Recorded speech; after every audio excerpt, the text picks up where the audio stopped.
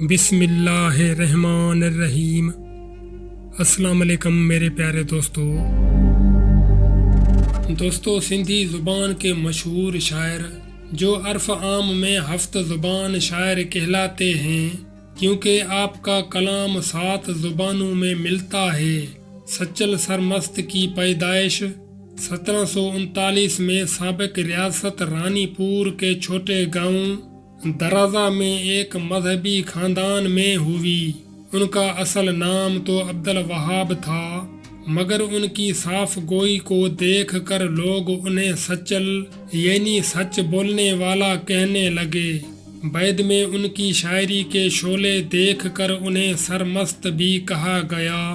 سچل سرمست کی پیدائش سندھ کے روایتی مذہبی گھرانے میں ہوئی، مگر انہوں نے اپنی شاعری میں اپنی خاندانی اور اس وقت کے مذہبی روایات کو توڑ کر اپنی محفلوں میں ہندو مسلم کا فرق مٹا دیا۔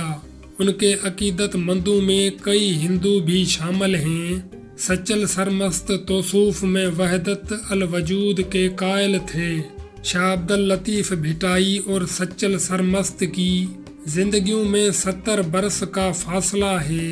سچل 70 برس بعد جب صوفیانہ شاعری میں آیا تو ان کی وجدانیت بھی منفرد تھی۔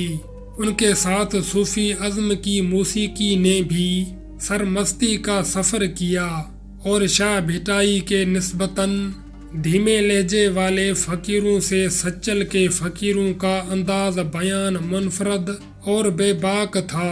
سچل سرمست نے سندھ کے کلوڑا اور تالپور حکمرانوں کے ایسے دور اقتدار میں زندگی بسر کی جب مذہبی انتہا پسندی اپنے عروج پر تھی۔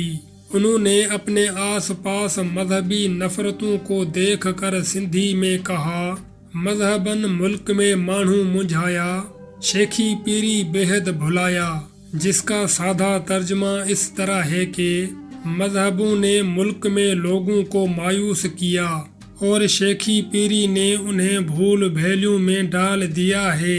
سچل سرمست 90 برس کی عمر میں 14 رمضان 1242 عیسوی ہجری میں وفات کر گئے۔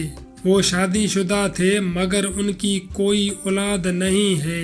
انہوں نے بنیادی عربی فارسی کی تعلیم اپنے خاندان کے بزرگ اپنے چچا مرشد اور سسر خواجہ عبدالحق سے حاصل کی۔ سچل سرمست کا کلام سندھی، اردو، عربی، فارسی اور سرائکی میں موجود ہے۔